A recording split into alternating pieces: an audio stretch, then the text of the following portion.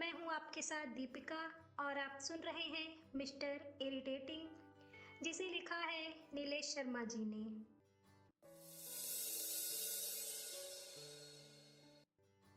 चलो इस पूरी दुनिया को दो भागों में बांटते हैं। तुम बस मेरी, बाकी सब तुम्हारा। आशी के लिए आज सुबह का मेरा पहला मैसेज था। मैं उसके हर दिन की शुरुआत ऐसे ही मैसेज से करता था, जैसा कि काव्या ने मुझे सिखाया था। थोड़ी देर के बाद उसने मैसेज देख लिया, पर उसका कोई रिप्लाई नहीं आया। प्रॉब्लम तब नहीं होती जब किसी लड़की का रिप्लाई ना आए। प्रॉब्लम तब होती है जब मैसेज देखने के बाद कोई रिप्लाई ना करे। मैंने सोचा कि कहीं मैंने कोई गलत मैसेज तो नहीं कर दिया। मैंने वही मैसेज काव्या को भेज दिया। हाँ, वाह सो नाइस। अगले ही पल उसका रिप्लाई आया, पर जिसके लिए ये खास मैसेज था उसका तो कोई जवाब नहीं आया। उस दिन मेरा लव डिटेक्टर भी फेल हो गया था।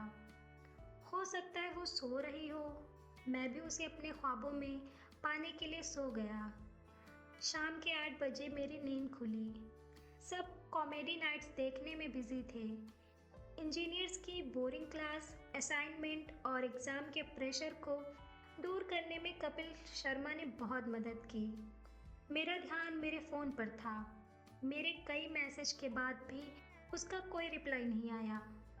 मैंने अनिरुद्ध को ये सारी बातें बताई। मैं कुछ समझ नहीं पा रहा था। मुझे अनिरुद्ध के सजेशन की ज़रूरत थी। ये पहली बार था जब आशी ने मेरे मैसेज का कोई जवाब नहीं दिया, और कुछ मिनट पहले तक वो ऑनलाइन भी थी।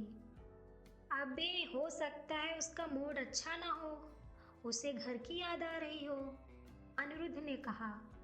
मैंने उसकी तरफ देखा। मैंने उसका व्हाट्सएप स्टेटस भी चेक किया। अगर आपको किसी इंसान के लाइफ के बारे में जानना हो तो आप उसके व्हाट्सएप स्टेटस से पता कर सकते हैं, क्योंकि लोग आजकल अपने दिन भर का लेखा जोखा वही लिखते हैं कि कब वो गुस्सा है और कब खुश। वो सारी बातें वो वहाँ शेयर करते हैं। मिस यू वेरी मच उसका स्टेटस था। अनिरुद्ध सही था, उसे किसी की याद आ रही थी, शायद घर वालों की। इस बार उसे घर गए हुए बहुत दिन हो गए थे। उसे मेरी ज़रूरत है। वो शायद अकेला फील कर रही है, पर मुझे क्या करना चाहिए? अबे कॉल करके पूछ लेना यार, अनिरुद्ध ने कहा। मैंने फौरन उसको कॉल लगाया, पर उसका फ़ोन बिजी जा रहा था। जनरली इस टाइम पर उसका फ़ोन कभी बिजी नहीं रहता था। कल सुबह से हमारे सजेशनल के एग्ज़ाम भी थे, पर मुझे आशी की ज़्यादा परवाह थी। वो शायद अपने घर पर बात कर रही होगी। उसे एक बार फ़ोन करके बताना तो चाहिए था। पहले तो उसने ऐसा कभी नहीं किया। वो मुझसे हर बात शेयर करती है और मेरे हर मैसेज का रिप्लाई करती है। आज सुबह से उसका कोई मैसेज पता नहीं क्यों नहीं आया। अरे कल एग्ज़ाम देने आएगी तो पूछ लेना, अनिरुद्ध ने मुझे समझाया। अगले दिन एग्ज़ाम देने के बाद मैं सीधा उसके क्लासरूम में गया। उसके फ्रेंड ने बताया कि वो अभी तुरंत एग्ज़ाम देकर निकली है। मैं वहाँ से तुरंत भागा। नेस्कैफ़े के पास वो मुझे दिखी, वही लहराता हुआ दुपट्टा। मैंने राहत की सांस ली। मैं अभी उसकी सारी प्रॉब्लम दूर कर देना चाहता था। मेरी आशी दुखी कैसे हो सकती है? हाय, मैंने पीछे से उसके दाएं कंधे को पिंच किया और उसके बाएं साइड खड़ा हो गया। हाय, उसने एक रूखा सा जवाब दिया। उसके चेहरे पर कोई उत्साह नहीं था। तुम ठीक तो हो?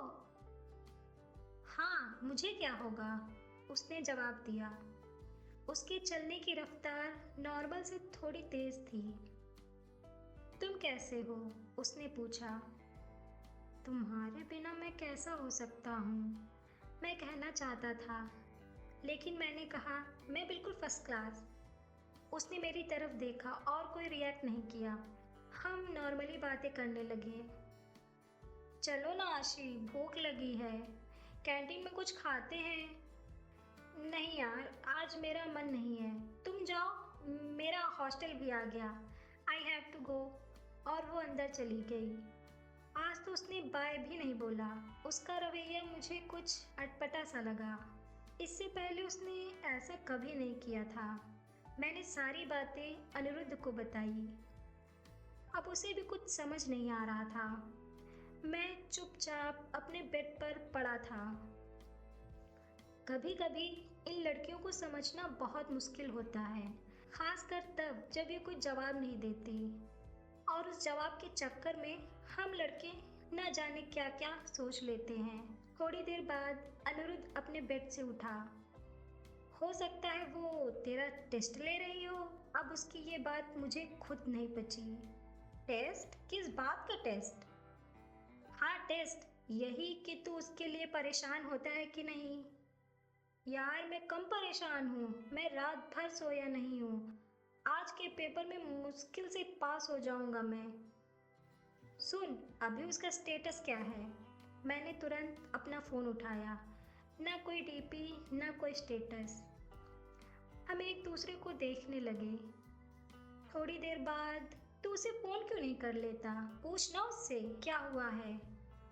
अब बहुत हुआ, कहीं वो तुझे इग्नोर तो नहीं कर रही है। मैंने तुरंत उसे कॉल लगाया। पूरी रिंग जाने के बाद भी उसने फ़ोन नहीं उठाया। मैं चुपचाप अपने बेड पर वापस लेट गया। अगले 5 मिनट तक हमने एक दूसरे को कुछ नहीं कहा। कुछ देर बाद आशी की वापस कॉल आई। मैंने राहत की सांस ली। मेरे चेहरे पर एक बार फिर से मुस्कान बिखर गई। मैंने फ़ोन उठाया। क्या हुआ? उसने मेरे फ़ोन उठाते ही बोला। वही तो जानना चाहता हूँ, क्या हुआ? मैंने कहा। मतलब? अरे मतलब तुम्हें क्या हुआ है? तुम मुझे इग्नोर क्यों कर रही हो? अरे पागल, ऐसा कुछ नहीं है, उसने हंसते हुए कहा। उसके शब्द पागल जो मेरे लिए था। उसकी हंसी से साफ पता चल रहा था कि वो खुश है। Thank God. अच्छा सुनो, तुम्हारे व्हाट्सएप को क्या हो गया? मुझसे नाराज है क्या? कोई मैसेज ही नहीं जा रहा है, मैंने पूछा। अरे हाँ, वो मेरे फ़ोन में कुछ प्रॉब्लम हो गई है, तो मैंने व्हाट्सएप अनइंस्टॉल कर दिया। पर क्यों? अरे यार, उसमें बहुत टाइम लॉस होता था और इस बार पापा गुस्सा हो रहे थे रिजल्ट पर। अच्छा तुम फ़ोन रखो, घर से कॉल आ रही है। उसने बिना मेरी बात सुने फ़ोन रख दिया। अनिरुद्ध मेरी ओर अपने कान लगाए हुए था। अबे सब सही है, मैंने बिना मतलब ही टेंशन ले रहा था। उसने अपना व्हाट्सएप अनइंस्टॉल कर दिया है। इसका मतलब समझ रहा है, वो चाहती है हम लोग अब रियल वर्ल्ड में ज़्यादा रहें। मैंने अनिरुद्ध को पूरी बात समझाई। अगले कुछ दिन तक ऐसा ही चलता रहा। मैंने भी डिसाइड किया कि मैं उसे एग्ज़ाम तक परेशान नहीं करूँगा और उससे मिलने की कोशिश भी नहीं करूँगा, ताकि वो अपने एग्ज़ाम पर फोकस कर सके। अब से मेरी सुबह होते ही मेरा सबसे पहला काम यही होता था, उसकी नींद खुलने से पहले एक प्यारा सा गुड मॉर्निंग मैसेज उसे भेजना, क्योंकि मैंने सुना था एक प्यारे मैसेज से दिन की शुरुआत अच्छी होती है। रात को पढ़ाई करने के बाद घंटों हेडफोन में गाने सुनता और हर गाने के शब्द में आशी को महसूस करता। जब आप सच्चे प्यार में होते हैं ना, तो हर गाने के शब्द आपके दिल को छू जाते हैं। मैं उसके साथ बिताए हर मोमेंट को याद करता और बेवजह ही मुस्कुराने लगता। आशी हर पल मेरे साथ थी, मेरे ख्वाबों में, मेरे हर गीत में, मेरी बेवजह की मुस्कान में। मैं उससे हुई सारी कॉल की रिकॉर्डिंग को बार बार सुनता और फिर इन बीते लम्हों में मैं खो जाता। जब मैंने उसे पहली बार देखा था, तो मैंने सोचा नहीं था कि हम एक दिन इतने पास आ जाएंगे और इतने अच्छे दोस्त बन जाएंगे, शायद दोस्त से भी ज़्यादा। और अब मैं उसे अपनी हरकतों से परेशान नहीं करना चाहता था। कुछ दिन ऐसे ही चलता रहा। हमारा मिलना भी थोड़ा कम हो गया।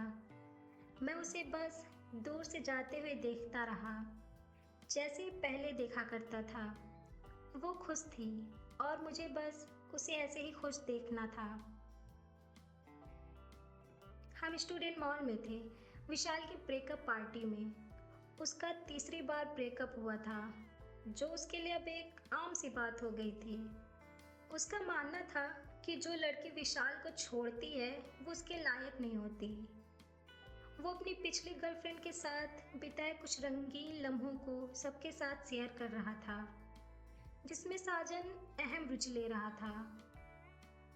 हम मॉल के अंतिम छोर के दाईं तरफ बैठे थे, जहाँ से खाने का ऑर्डर दिया जाता था, ताकि हम लड़कियों को अच्छे से देख सकें। पर मेरा ध्यान अब भी उस मिडिल टेबल पर था, जिस पर ओम नमः शिवाय लिखा हुआ था। पर आज वहाँ कोई और कपल बैठा हुआ था। वो दोनों एक साथ खुश लग रहे थे। तुझे क्या हुआ? तुझे भी आशी ने छोड़ दिया क्या? साजन ने हंसते हुए विशाल के हाथ में ताली मारी। नहीं यार, ऐसा कभी नहीं हो सकता, मैंने पूरे जोश में कहा। ये तो मैं अपने सपने में भी नहीं सोच सकता था। अनिरुद्ध की नजरें मुझ पर जमी थी। देख लेना भाई, एग्जाम्पल तेरे सामने है, साजन ने विशाल पर सवाल या निशान लगाते हुए कहा। विशाल स्प्रिंग रोल पर टूट पड़ा। साजन ने उसे पहले खाने पर जान से मारने की धमकी दी। आज पता नहीं क्यों मैं अपने दोस्तों के साथ अकेला महसूस कर रहा था। मैं आशी को मिस कर रहा था। उससे बातें किए आज कई दिन हो गए थे। मैं उससे एक बार मिलना चाहता था। अचानक गेट से आते हुए मैंने आंचल को देखा। वो अपने क्लास के ग्रुप के साथ थी, लेकिन उस ग्रुप में आशी नहीं थी। आंचल अपने ग्रुप के साथ सबसे आगे वाली टेबल पर बैठ गई। मैं उससे बात करना चाहता था। मैं उससे आशी के बारे में पूछना चाहता था।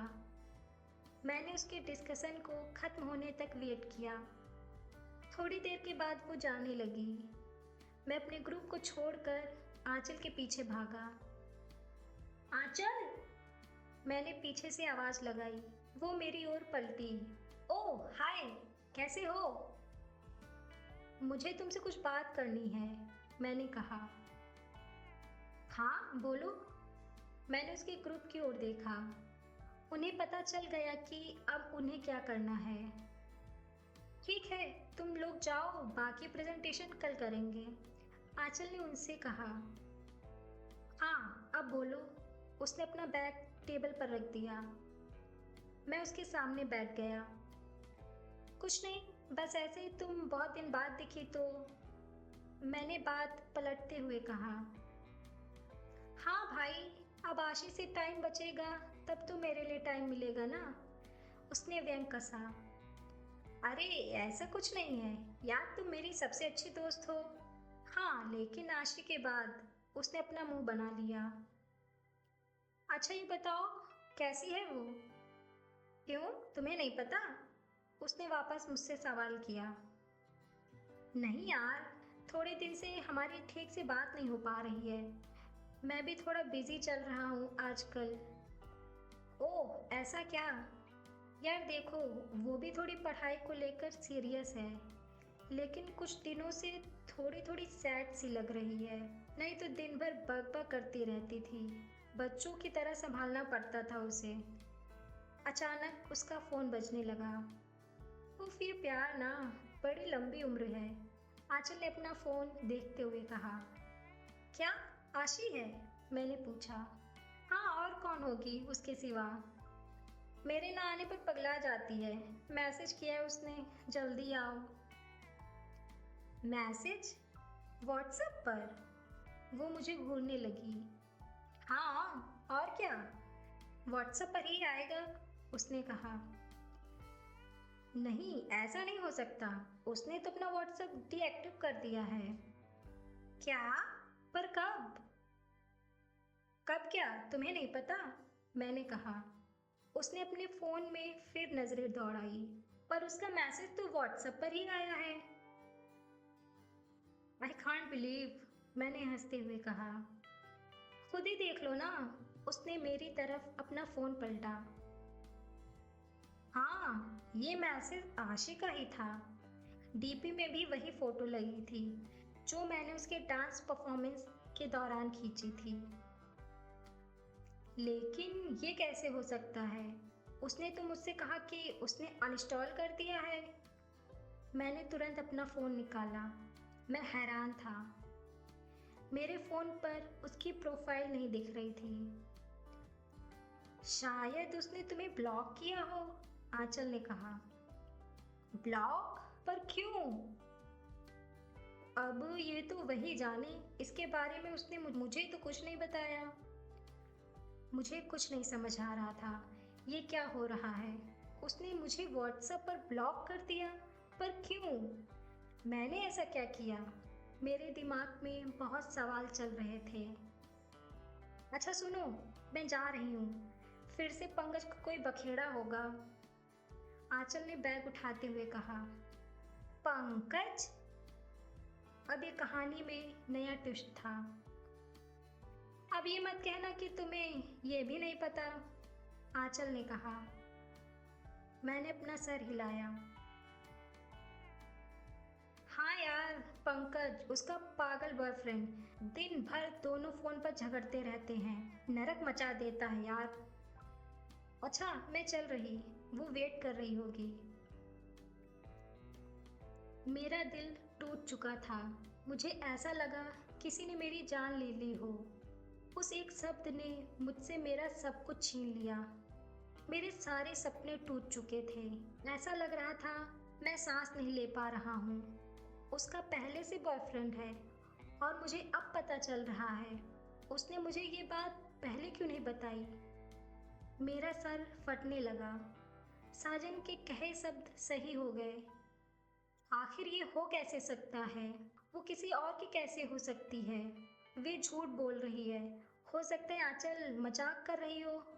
मेरे महादेव, मेरे साथ ऐसा नहीं कर सकते। वो मुझसे सब कुछ कैसे छीन सकते हैं? मैं कुछ भी मानने को तैयार नहीं था। मैं खुद से बातें करने लगा। मेरी आंखों में पहली बार आंसू थे। मेरी आसी कैसे किसी और की हो सकती है? मैंने तो भगवान से दिन रात बस उसी को मांगा था। मैंने चारों तरफ नजरें घुमाई। मेरे दोस्त जा चुके थे। मैं अब वहाँ अकेला बैठा था। आशी ऐसा मेरे साथ कैसे कर सकती है? तो उसकी अब तक की सारी बातें सब झूठी थी। उसने कहा था तुम मेरी लाइफ में सबसे इम्पोर्टेंट हो। क्या उसके लिए मेरी इम्पोर्टेंस यही थी? क्या सच में प्यार की कोई अहमियत नहीं होती? काश ये सब झूठ हो। मैं इन बातों पर कैसे यकीन कर लूं? पर शायद उसका प्रूफ मेरे सामने था। वो कई दिनों से मुझे इग्नोर कर रही थी। शायद यही मेरे लिए सबसे बड़ा संकेत था। मैंने एक बार फिर अपना फ़ोन चेक किया, पर आंचल सही थी। तो उस दिन उसका मिसिंग समवन पंकज के लिए था। उसके फ़ोन का बिजी होना, उसका व्हाट्सएप सब झूठ था। मॉल के केयर टेकर ने मुझे निकलने की आखिरी चेतावनी दी।